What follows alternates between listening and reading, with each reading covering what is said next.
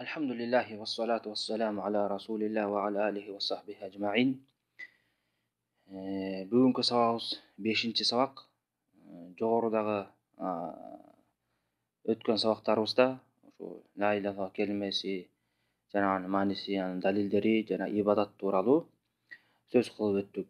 Ошол сабактардын биринде ошо таухид деген сөзгө дагы ишарат кылып кеткенбиз.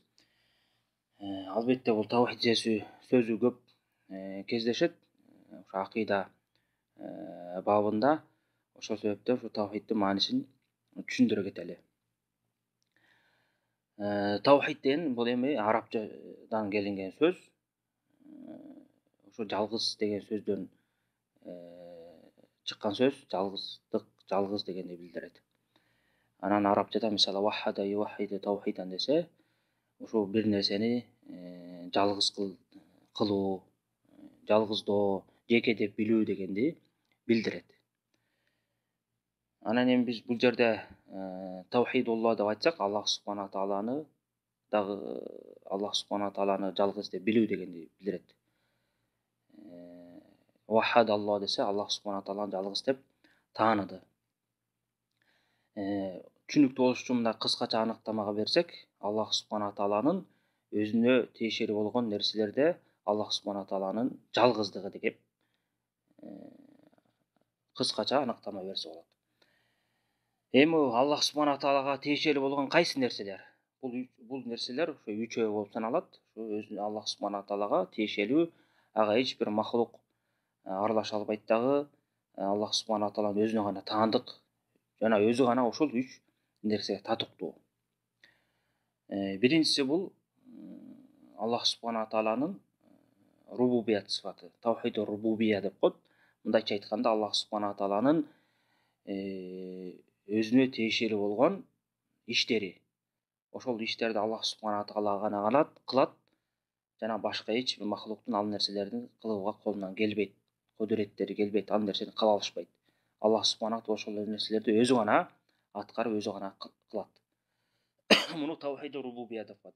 Аллах субхана таала тиешелүү иштери кайсы? Мисал катары айта кетсек, мисалы ааламды башкаруусу, ааламга падышалык кылуусу, жашоо берүү, өлүм берүү, ырызык берүү,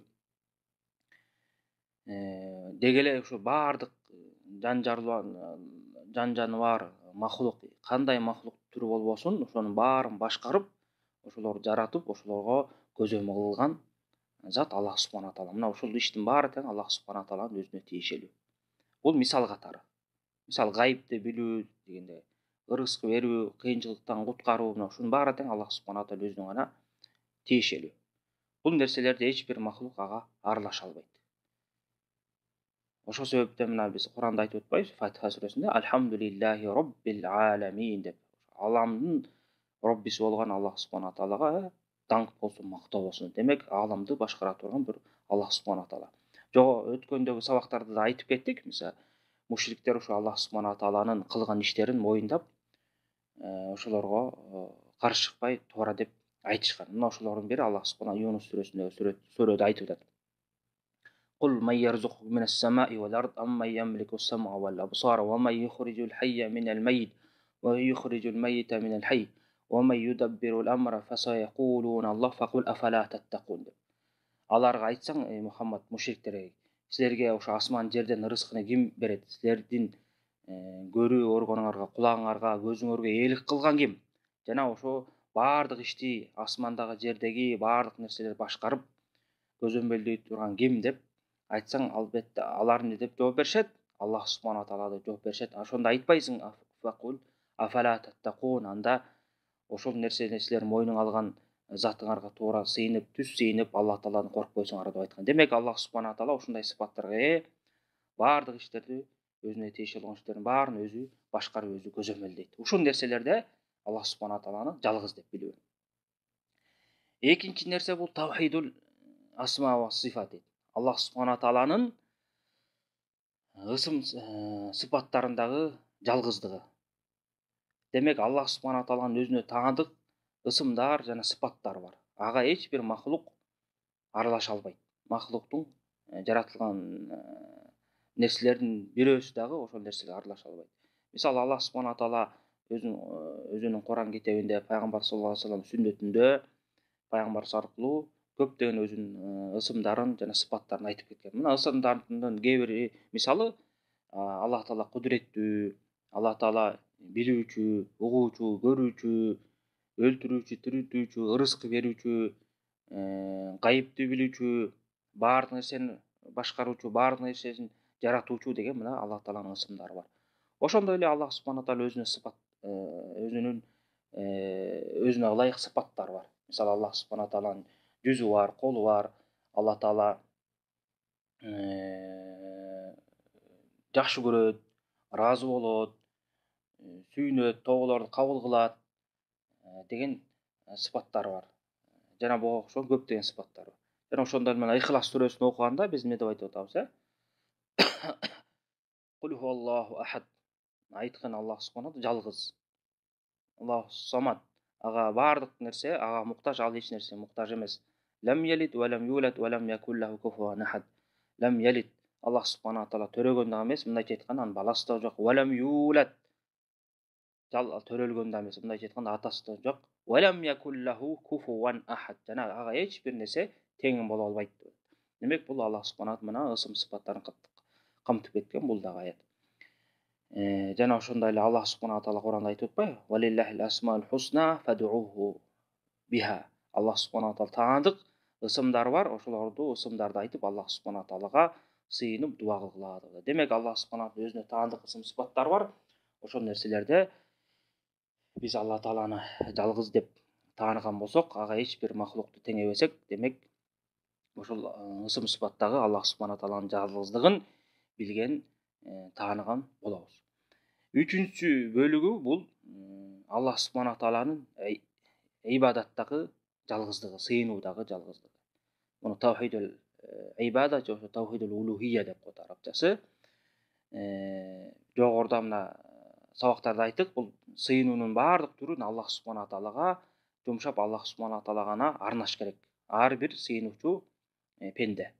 Демек сыйынууга Аллах субхана таала өзү гана татыктуу. Бул Аллах таалага сыйынууда эч бир махлук Аллах субхана таалага тең боло албайт. Мындайча айтканда баардык ибадаттын түрү Аллах субхана таалага гана жумшалыш керек. Ибадатка эч бир пенде татыктуу эмес. Жеке эле пенде эмес, махлуктардын жаратылган нерселердин, жаратылган заттардын баардык түрү тең. Бул ибадатка татыктуу эмес. Ибадатка татыктуу ким? Бир гана Аллах субхана таала, өзү гана.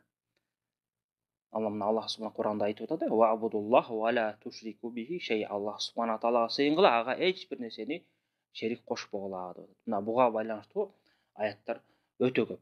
Мына ушул 3 жогоруда айтылган 3 нерселерде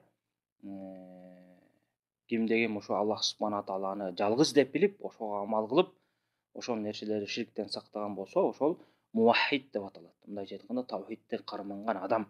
Ушул нерселерде Аллах субхана тааланы жалгыз деп билип, Аллах тааланыга түз сыйынган, Аллах таалага түз жалбарган адамдардын катарына кирет. Мына ушунун баары тавхид деп коет.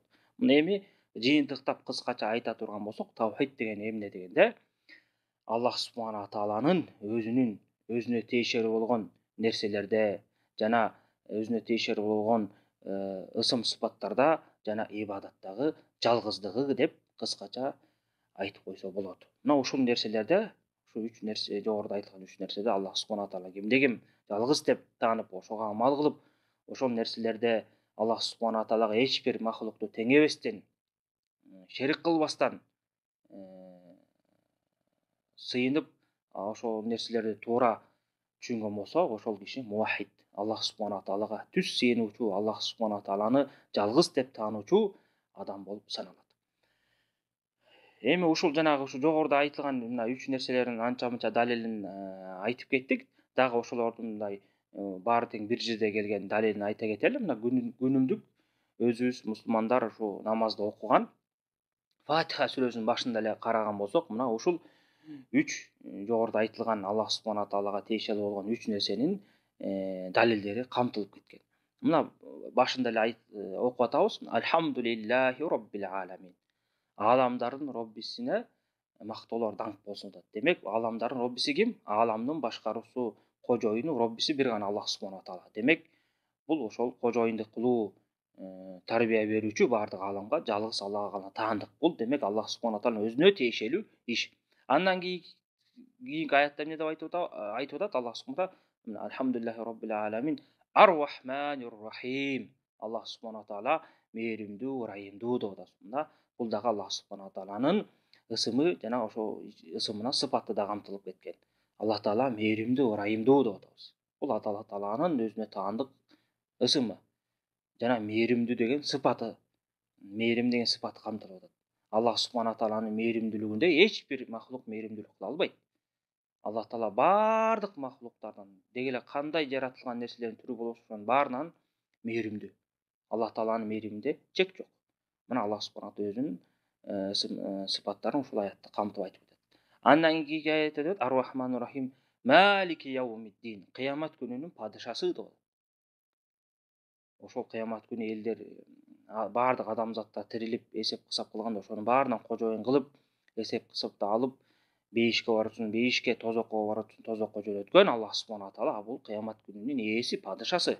Демек, Аллах тааланын кылган ишине, падышалыгына эч бир нерсе, эч бир махлук аралаша албайт. Мына бул дагы Аллах субхана тааланын ошо жанагы өзүнө тиешелүү болгон нерселердеги жалгыздыгы жана ошондой эле ысым сыпаттындагы жалгыздыгын камтып кетип атат. Анткени бул падышалык кылуу Аллах тааланын иши, жана ошондо Малики яумиддин, кыямат күнүнүн падышасы деген бул дагы ысымдын катарына кирет. Бул дагы Аллах субхана тааланын аты болуп саналат. Үчүнчү аятта эмне деп айтып атат Аллах субхана? Андан кийинки аятта Малики яум ияка нa'буду ва ияка настаин. Ана биз ошо пенделер Аллах субхана эмне деп айтабыз? Эмне кылабыз? Ияка нa'буду ва ияка настаин.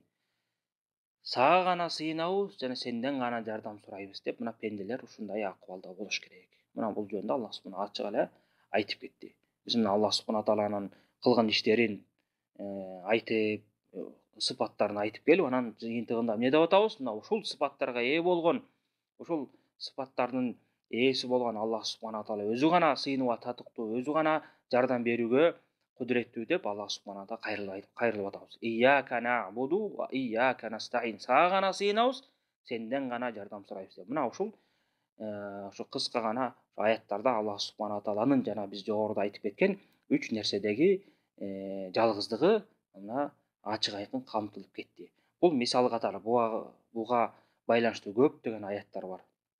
Ким Куранды окуп, изилдеп чыккан болсо, ошо Аллах субхана таала ушул нерселердеги жалгыздыгын көп кайталап, кенен ачык айкын түшүндүрүп кеткен. Мына тавхиддин кыскача түшүнүгү ушундай. Ошол себептен кийинки сабактарда тавхид деген сөз келгенде, ушул 3 нерседеги Аллах субхана жалгыздыгы деп билиш керек. Анан акыркы сөзүбүздө эскертүү кылып кетели. Кээ бир алымдар ошо тавхид дегенге аныктама, тавхид сөзүнө аныктама бергенде, бул Аллах субхана тааланын сыйынуудагы жалгыздыгы деп гана аныктама берип кетишет. Мындайча айтканда, жана тавхиддин ошо бир бөлүгүн менен гана, үчүнчү ибадат менен гана тавхидди түшүндүрүп кетет. Эмне себептен?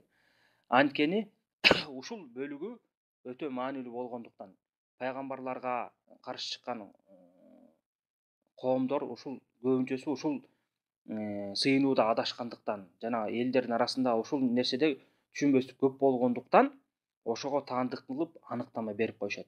Мына бул дагы шариятта бар. Мисалы пайгамбар саллаллаху алейхи вассалам жана Тирмизи хадисинде келген хадисте эмне деп айтат? Ажыга байланыштуу хадисте ал-хаджу арафа дейт. Пайгамбар саллаллаху алейхи вассалам бул ажылык, бул арафат деп айтат да. Мындайча айтканда арафат талаасына барып ибадат кылып туруу деп. Болбосо ажылыктын башка дагы түркүктөрү бар. 4 түркү бар. Кээ бир мазхабта 3 түркүгү. Бирок ошого карабастан пайгамбар саллаллаху алейхи вассалам бул ажылык, бул ошо арафат деп гана айтып кетти да. Мындайча айтканда, ошо ажылыктын түркүктөрүнүн эң негизгиси, орчунчусу бул арафатка баруу деп аны белгилеп кетти. Но ошол сыман эле кээ бир алымдар ошо тавхидке аныктама бергенде, тавхид деген эмне дегенде китебинде айтып кетишет. Бул тавхид деген ошо Аллах субхана таалага түз сыйынып, ага эч бир махлукту тең эбестен шерик кошпостон баардык ибадатты Алла Таалага жумшоо деп гана түшүндүрүп кетет. Ошо жанагы жогоруда айтылган себептерден ошо адамдар ушул ибадат жагында көп адашкандыктан, туура эмес түшүнгөндүктөн ушул жагын гана эскертип кетет.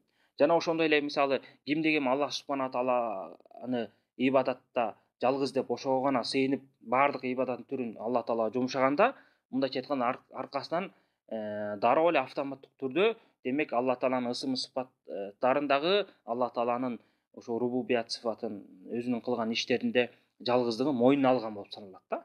Анткени кимде ким Аллах субхана тааланы кудуреттүү деп тааныган болсо, ошо баардык көптөгөн кудуреттерге, сыпаттарга ээ деп тааныган болсо, демек ошол зат сыйынууга татыктуу деп ошого сыйынат. Мындайча айтканда, кимде ким Аллах субхана тааланы жалгыз деп ошого сыйынып аткан болсо, башка жогоруда айтылган тавхидтин эки түрүн өзүнүн ичине камтып кетет.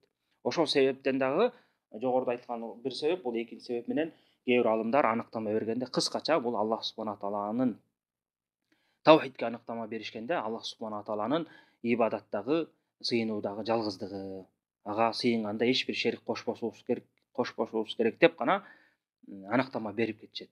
Мунун ошо себеби ушундай. А болбосо тавхид деген ушул жана 3 бөлүктү тең баардыгын ичине өзүнө камтып кетет. Муну дагы эске алыш керек. Анткени кээ бир китептерде же сабактарда окуп калсаңыздар, тавхид деген эмнеде, тавхидди ушу ибадатка байланыштырып түшүндүрүп атса, эмнеге баарын айтпай калды деп суроо туулбаш үчүн эскертип кеттим. Анткени ошо тавхиддин эң негизги бөлүгү болгондугу үчүн көп адамдар ушул нерседе каршылык көрсөткөндүгү үчүн ошол нерсеге баса белгилеп, аалымдар ушундай аныктама берип кетишет. Аллаху а'лам.